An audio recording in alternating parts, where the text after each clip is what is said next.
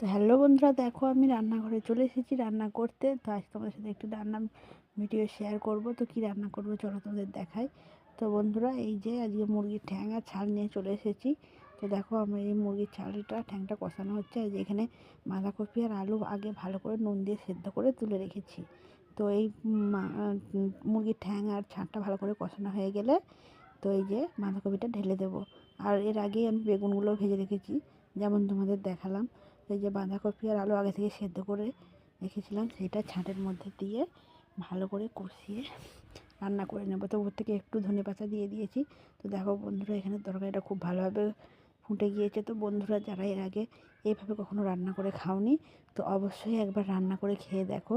তো তোমাদের খুব ভালো লাগবে। এর আগেও তোমাদেরকে আমি এই রেসিপিটা এর আগে একবার শেয়ার করেছিলাম, তো আবার শেয়ার করলাম।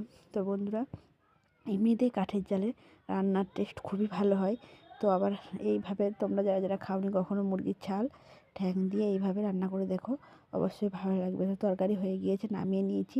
আর এদিকে দেখো পেঁয়াজ কুচি করে ডিমগুলো একটা বাটিতে ভালো করে ফেটে রেখে দিয়েছি। তো ডিম ভাজা করব। তো বন্ধুরা দেখো, তো কিছুটা তেল দিয়ে কড়াইতে তো একটা ডিমের গলাটা দিয়ে দিয়েছি। তো ডিমটা ভেজে মাঝখান থেকে খুন্তি করে কেটে নিয়ে তো তুলে নেব।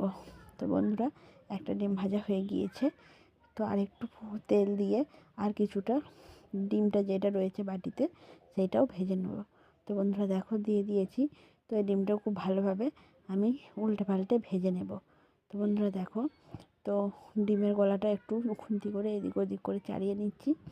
তো দেখো এদিকে এই ডিমটা উল্টিয়ে দিলাম।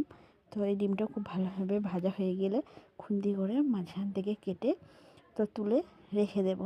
তো বন্ধুরা, আজকের ভিডিও এই পর্যন্তই। তো দেখা হবে তোমাদের সাথে নেক্সট ভিডিওয়ে। এখনের মতো টাটা।